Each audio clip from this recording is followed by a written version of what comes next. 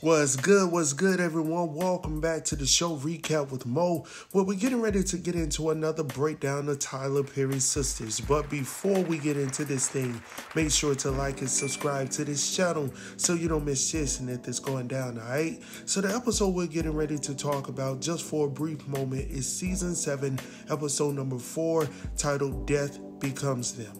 Now the synopsis for this episode states, Andi and Sabrina find themselves having to compete with workplace rivals while Danni betrays Karen in favor of Zac and Fatima. Now that we got that out of the way, let's go ahead and get into it, alright? Alright, so we kicked this episode off back at the law firm where we see Leland, who had a heart attack in the previous episode, being rolled up out. And we see Fatima and Andi standing there sad as hell, right? Or at least we think so. Well, at least one is sad. The other one might be a little bit glad. You know what I'm saying? So what's going on here is Andi feels some type of way because he was going off on her, talking about she was sleazy and greasy and messing around with GBZ. And unfortunately, Fatima ain't feeling that way because she was like, look, at this point, you really don't have nothing to worry about because, he was talking about going to the board members and now you don't have to worry about that. And Andy's sitting up there all emotional and shit, talking about, he died in my office and, I just feel some type of way. Whoa. But Fatima don't feel that way because she was like, look, Leland was a main partner and shit. And she was like, yeah, that's right. So now all them daggone tears that Andi was, they gone. You see what I'm saying? She don't care nothing about that Leland dude no more. He gone, right? So we about to make partner. You see what I'm saying? We about to make partner. We about to make partner. Like they double dutching in this thing. So anyhow, meanwhile, over in the other office, we see hating ass Hayden grimacing, thinking deeply about what his next scheme is about to be. Because this decides to pick up his device and call hating ass Gary to inform him that Leland was the one that was leading the charge against him or whatnot. And Gary's like, I knew that it didn't like me, right? I knew it. And Hayden is like, hold on, wait a minute, hold up. He was like, look, I'm going to keep your ass up out of prison, but I also need you to do something for me. Gary's like, well, what is it? And hating ass Hayden is like, we need to destroy Andy Barnes. I was like, hold on, wait a minute. Like these two dudes coming together to destroy a woman's, career over what? Like over this position? Over this role? Because that's obviously what Hayden wants. He wants, the law firm to be named after him. He wants to take Mr. Leland's spot. But in doing so, he also wants to destroy Andy Barnes. For whatever daggone reason, I guess he feels like he'll be able to get back at Fatima as well. So anyhow, moving on from there, we head over to the airport where we see Zac coming to see Danni to seek some advice. So when he gets over there, Danny's like, oh, so you need some advice so you can learn how to deal with Fatima.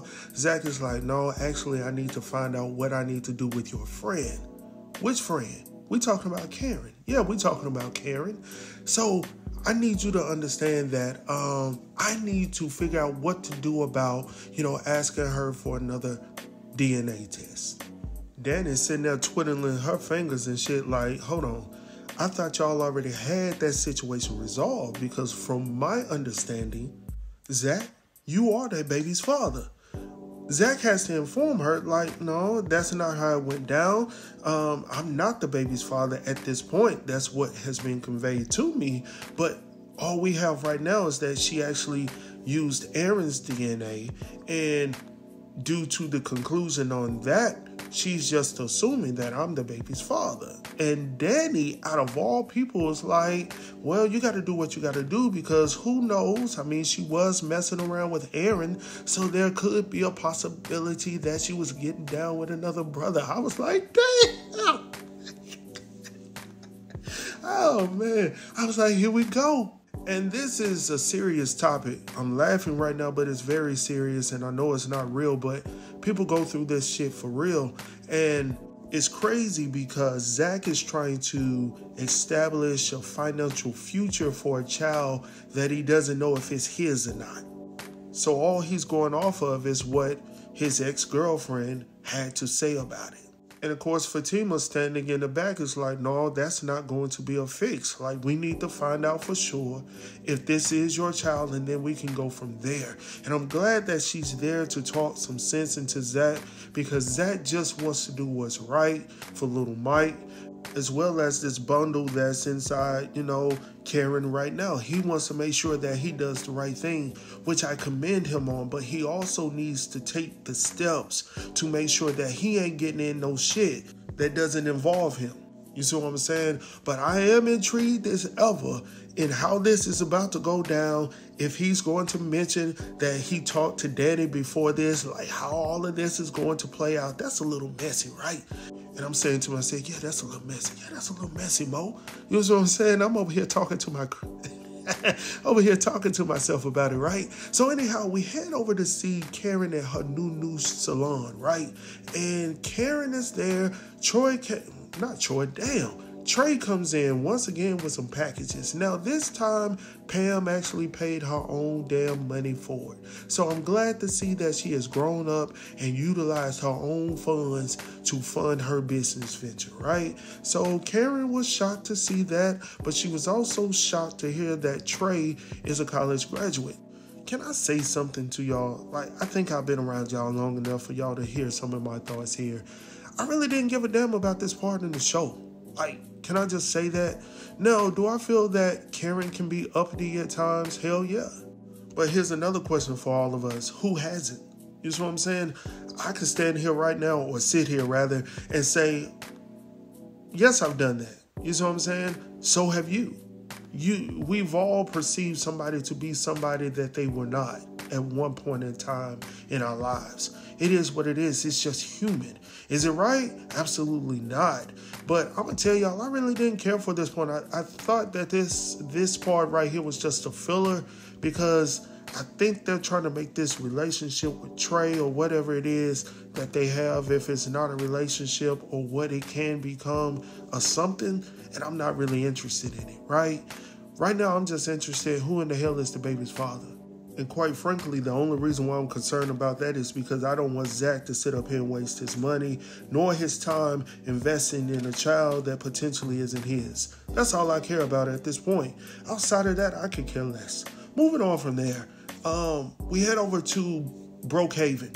I know it's Brookhaven, but I'm going to call it Brookhaven's, all right? Brookhaven Bank, where we see Paige. Now, I just finally found out who the white girl was in the show, and that happens to be Paige. Now, Paige obviously is the manager right now, so she's coming over to talk to Sabrina about not relaying a message about the Christmas club at the bank. And for me, I'm like, what in the hell is your problem? Like, what do you have against Sabrina? Like, why are you always checking in on her? Like, you got multiple employees in this place, and the only one that seems like you have a problem with is Sabrina. So when she asked Sabrina the question, Sabrina was like, well, if you were not so busy ear hustling, you would have had the time and the opportunity to mention it to him your own damn self. And then she has the audacity to turn around and say, oh, is that AAEV? Sabrina's like, And I was confused as hell as well. My wife is an educator, but I'm not. You know what I'm saying? So I was like, AAEV, what abbreviation is that? Like, what? So she was like, yeah, I actually saw a PBS special on it. I believe they call it African American Vernacular English. I was like, what? Like, for real? So I was like, oh, hell to the no, man. That's going to be my song for the year. But anyhow, moving on from there, man, before I get pissed off once again, we head over to see Jordan and Andy. Now, Jordan has come up to the law firm to check in on Andy, due to the situation that just transpired. And she was like, yeah, I literally saw this man take his last breaths, in front of me, like literally. And he was like, look, we need to get up out of here. And she was like, look, I just can't I just can't leave my job. And he was like, no, I'm not talking about quitting your job. I'm talking about just literally going to lunch. Just clear your mind, get out of this environment, and you can head back up here whenever you're ready to do that, right? And so like, oh, okay, yeah, I can definitely do that. By the way, Hayden sees Andi and Jordan walking, and of course he got his own 2 cents to throw in, and of course Gary feels some type of way about that, and he tells Hayden that she also has something to do with his information being given about, the investigation. And I'm like, how in the hell do you know that, Gary? And even Hayden is like, no, bro, I don't think she had nothing to do with this one. Not this time, because she was just as shook as everyone else was in the office. Gary's like, no, I don't believe that. No, she playing y'all. So this man done messed up. Now he thinking everybody is against him, even though you're the one that's spilling salad on your fiance's dress to get her up out of the room so you can go into her purse and steal her identity and her Visa cards and all of this shit. But you're concerned about Andi potentially turning your information to the alphabet people. I'm confused as hell right now. Since we're talking about Penelope, while he was on the phone with Hayden, and he was going in talking about, yeah, we're going to destroy her. She ain't going to know what's hitting her and all of this stuff. What's her name? Penelope is standing in the back. And she was like, who you talking about? What be you talking about? And he was like, oh, no, it ain't nothing for real. She was like, look, I don't even want to get into it. And I was like, what the hell, Penelope? Like, why do you keep coming back? But she surprised the brother when she said, no, Gary, we good. That's your business, whatever you want to do. But she was playing the field, man. So anyhow, we'll get back to that in a moment. So we head back to the branch where we see Sabrina and Paige still going at it. And then Miss India shows up. Now, Miss India got a new hairstyle. I didn't recognize her. I thought it was somebody different. Then I saw her real good. And I was like, oh, that's the lady that gave her job back. I was like, damn, like, y'all can't be switching like that. So anyhow... Miss India is there to convey a message to these 2 women that she has a potential role at another branch. Obviously, they both want the role. Now, Paige, you already got a role at Brookhaven right here, or Brookhaven as I like to call it. Allow Sabrina to go ahead and get that job. Now, it seemed to me, just to me, that Miss India was throwing it directly to Sabrina. And I say that because she knows that Sabrina was a great worker. She just got mixed up in some shiznit, right? And, she just got a bad hand dealt to her, and she wants to get her back on track. That's why she's there. But, of course, she just can't throw it out there like, Sabrina, here's a bone, catch it, let's move forward. She has to be fair across the field, so she offers it to both sisters, right? Well, not sisters, but y'all know what I'm saying. So, anyhow, moving on from there, over at Karen's shop, we see Lisa coming out. Now, can I be honest with y'all? She get on my damn nerves, man. Like, okay, I understand she's Karen's mother, but just for me, don't get mad at me. I'm just saying how I see it. Miss Lisa is a little too much for me right now. Like, the way she shushed Pam, like, just shut up, Pam, and how she came at Zac in the previous episode telling him just go on about your damn business, don't bring no flowers. Now, I understood what she was saying, and I agree with her on that point. But I'm like, dang, the way she talks to people, the way she was talking to him, the way she was talking to Pam and whomever else, even to Karen, I was like, that would get on my nerves. Like, okay, I know you moms or whatnot, but dang, like, I'm grown, respect me a little bit. I'm going to respect you back always because you're my mother, right? But the way she came out of that office, well, I got it cleaned up for you. And she comes in and she's getting into Karen's business, and Pam lets out of her trap because, she just can't keep her lips closed about her feeling some type of way about the dude that been delivering the packages by the name of Trey. And she was like, well, who is this Trey fella? And she was like, well, I just feel some type of way like I misjudged him or whatnot. Woo, woo, woo. And, long story short, Miss Lisa actually agrees that, sometimes you can prejudge some people, Karen. Like I stated earlier, yeah, you can misjudge and, you can seem a little uppity, right? And she was like, am I uppity, y'all? Am I uppity? Yeah, you're a little uppity sometimes, Karen. And then she's going to turn around and say, well, I can't be too bougie. I can't be too snobby because I sat around here and got pregnant by Zac. And I was like, who told you that? Because what we know, from what we understand, is that you had Aaron, you had Zac, and from what Danni is saying about you, there could have been a potential other. I'm just saying, don't shoot the messenger. I'm just So anyhow, moving on from there, we head back over to the airport since we're talking about Danni.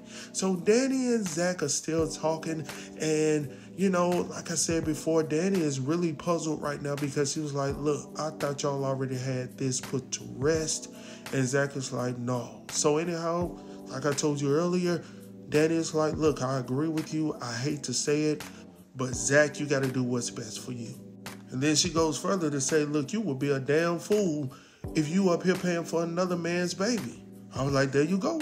And then she was like, because we all know that not Pam, damn, why is Pam on my mind? She was like, everybody knows that Karen loves the BBD. I was like, the BBD? Like, you mean, girl, I must warn you. I was like, shit, everybody like BBD. She was like, no, I ain't talking about that BBD. I was like, well, who you talking about? Who you talking about? Because that is poison, right? So anyhow, moving on from there, we head back over to the law firm where we see Fatima coming in to mess with Hayden. Hayden sitting behind his desk and shit like he working, but he literally just got off the phone with Gary. So she saw him gossiping. She comes in to mess with him. He was like, so what you doing in here? She was like, I'm just coming in here to talk to you, just letting you know that my homegirl Andi is going out for that role, and I don't need you getting in the way of her getting this role. He was like, look, you need to take that ghetto shiznit up out of my office and get the hell up out. Give me 50 feet. She was like, look, let me tell you one more time. You saw what I did to you before, and I'll do it again, but a lot worse. Now, he was like, look, is that supposed to scare me or some shiznit? She was like, look, we don't make no threats. We don't do none of that. We don't make, what she say? What did she say? Oh, yeah, she said, we don't make threats. We make funeral arrangements. I was like, damn. And then did y'all see Hayden's facial expression change? He was like, oh, she for real, for real. I was like, that's another Ep4 moment. Anyhow, moving on from there. Next, we see Maurice and Sabrina. So they're at the little juice bar. Where what's his name? I almost called that man Bill since I've been looking at bros. What's his name? Damn, Rich. I done got so daggone confused. So we see them sitting at the juice bar. Maurice is trying to find out a little bit about her new relationship or whatnot. Sabrina is not really trying to give him a whole lot right now because she's overly concerned about, the whole fact that he doesn't want kids. That's a big thing for her. And as I stated in one of my previous episodes, like, if you're willing to compromise what you really want to do, then Sabrina, you're never going to be happy because you stated all your life you always wanted to be a mother. You always wanted to be a wife. And now all of a sudden that you've met this guy by the name of Rich, you're willing to give all of that away. And Maurice agrees. He was like, you don't need no kids. But Maurice, you're wrong. If that's what your friend Sabrina wants, then you should want what she wants if you love her. And if Rich or Bill, whatever we want to call him for this episode, doesn't want that, then he's just not a good fit for her. Now, if they're willing to both compromise and meet in the middle, then that's one thing. On the flip side of it, if one obviously doesn't want that, and this person over here does want that, I'm not sure where that's going to end up. But anyhow, long story short, Rich comes over, he sits down, they have this conversation. He introduces himself to Maurice and all of this stuff. By the way, since we're talking about introductions, we also see Andi and Jordan joining the party as they come into the juice bar as well. And they are, inviting themselves to the table. Like, there's no other tables there, but we just want to sit with y'all. So, yeah, they meet and greet. Everybody's happy. Well, they're trying to resolve some of the things that have transpired today. Sabrina with her job, dealing with Paige, Andi dealing with the whole Leland situation. Everybody's just trying to have a woo-saw moment, right? Woo-saw, say it with me.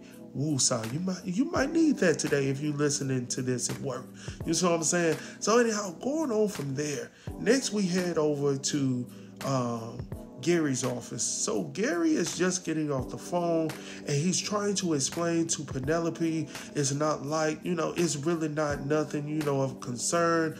Like I stated earlier, Penelope was like, look, Gary, that's your business or whatnot. Woo. So anyhow, Gary is like, all right, Penelope, so what brings you here? do you want me to come back home or something like that? So she's looking at him like she really wants to say yeah. But before she can utter the words, his phone starts to ring. And it just so happens to be Hayden ass Hayden. So Hayden gets him on the phone talking about Fatima that came in his office threatening him and shit. And he was like, look, man, just calm down. We got this. We're going to work within the plan. We good since we back together. We're going to be all right, man. We're going to be good. Hayden can't take it. He just got to spill. He got a vent right now, right? And as a matter of fact, it does set up here and say, I want Fatima to be neutralized as well. I was like, what? Like, that's what we doing? So Gary's like, look, man, just hold on. Let's talk. So as he's leaving the room, Penelope is like, oh, take your time. So as soon as Gary leaves the office, she was like, I know your ass is hiding something. So she goes to his desk drawer, start going through there.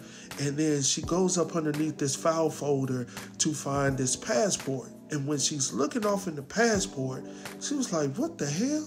So I couldn't really make it out. I'm trying to zoom in. I'm going to make another video on it tomorrow just to see what we talking about here. So Penelope eventually calls Andi about the situation, but we'll talk about that momentarily. So from there, we see Fatima receiving a phone call from Zac. So Zac is super excited. He feels more confident at this moment in time because of the conversation that he had previously with Danni.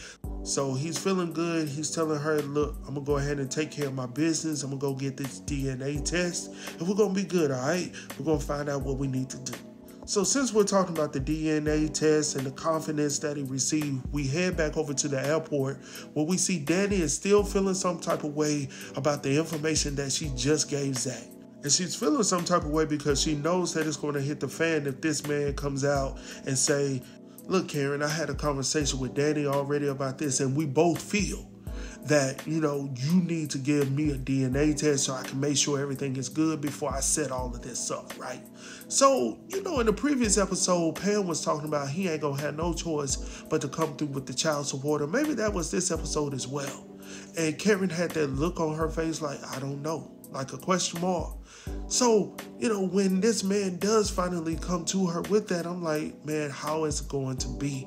And of course, we find out near the end of the episode. But anyhow, it's going to be some furniture moving in the building. And I pray to the good Lord that Miss Lisa ain't in the building because I don't want no problems. You see what I'm saying? It can get out of hand very quickly, definitely when people don't know how to hold their tongue nor their temper. All right? So anyhow, moving on from there, we head back over to the juice bar where we see Andi, Jordan and Sabrina and Maurice. Of course, Maurice and Sabrina leave. They head back to work because Maurice was getting out of hand with his comments and whatnot. And Sabrina was feeling some type of way at that point. She didn't want to be embarrassed at that moment. So going on from there, while Andi is still sitting there with Jordan, she receives a phone call from Penelope. Now, Penelope is like, look, Gary is lying. He's living a double life. Andi is like, what? He's living a double life. What? He's living a double life, Andi. What do you want me to do? She was like, look, put it back where it was, but before you put it back where it was, take a picture of it, send it to me. While they on that AOL internet, that dial-up, taking all damn day for the pictures to get to the phone or whatnot, I thought Gary was going to walk into the room. So I was like, hurry the hell up, girl. And y'all see how I'm whispering because I don't want her to get caught. So anyhow, she goes ahead, put it back underneath. She was like, look, I got it. Now, did y'all notice when she was putting everything back in order, had the passport up underneath the file, and then tried to rush back over there where her purse was or whatnot? When Gary came back into the room, she was like, oh, did you take care of everything you needed, all out of breath and shit? And Gary is looking like, what the hell you been doing? Now, a man as sneaky as Gary is like, what the hell? Like, she been in here doing some shit. And I was like, hold your tongue, Penelope. Like, I know you want to say it, but listen, you just need to calm the hell down. Keep it to yourself. Because Lord knows I don't want Gary to do nothing to you or that baby that's within the womb, all right? He already got life insurance on you. So we don't want nothing to... Listen to me clearly, Penelope. Shh. Anyhow, moving on from there, man. Lastly, I don't even know how to go through this, but I'm going to go ahead and go through it this way. Zac, with all his confidence, with everything within him, goes up to Karen's new shop, right? And instead of going in there like a man and just, hey, Karen, let me sit down here and have a confidential conversation with you. Instead of doing that, this man walks around her shop yelling her name. Karen, Karen, Karen. Where art thou, Karen? Karen shows up. She was like, what you want? Like, why are you yelling? I got guests in the building. And he's standing there with all his pride in his mind. And Zac is like, look, I didn't come here for no celebration talk. I'm actually here because I want a DNA test. And of course, Pam in the bed with her mouth wide open. Karen is like, oh, okay. But the problem is, Zac, you're coming to her establishment, her brand new shop, and you are putting this out in the public, in front of Pam, in front of her guest, and you're not being mindful of what you're doing. And you have to think about this, Zac, because you're trying to make sure that this woman goes along with your plan. But what you're doing right here, Zac, is causing an issue. You're embarrassing Karen in front of her people, in front of her assistant. Not only her, and not only her people around her, but Trey is there as well. And of course, Trey got to come up and make his presence known. So is this the man that who is this the baby's father? Like, why do we have to go through this? But Zac, you were the one that caused this issue. As much as I want my brother to win, like if it's not your child, I want you to win. But if you want this situation to be resolved respectfully, then you're going to have to respect Karen and say, hey, can we sit down? Can we talk privately? Or you could have came in and say, congratulations on the new shop. Hey, I would definitely love to sit down with you and have a conversation respectfully, and we can move on from there. But this right here, bro, this ain't going to turn out well. And I can already foresee this coming. And I hope, as I stated before, that Miss Lisa is not in the building, because it's going to be drama-filled. Anyhow, that's the end of the daggone episode, y'all. I hope that y'all enjoyed this recap. I definitely did. I am looking forward to next Wednesday. I just don't know what's about to go down. But go ahead and leave some comments down below. What were your thoughts on this episode? I thought it was a pretty decent episode. There were a lot of, okay, where are we going from here? Like, I'm intrigued, all right? So, anyhow, let me know down below. Like always, man, I'll see y'all next go round. Talk to y'all soon. Peace.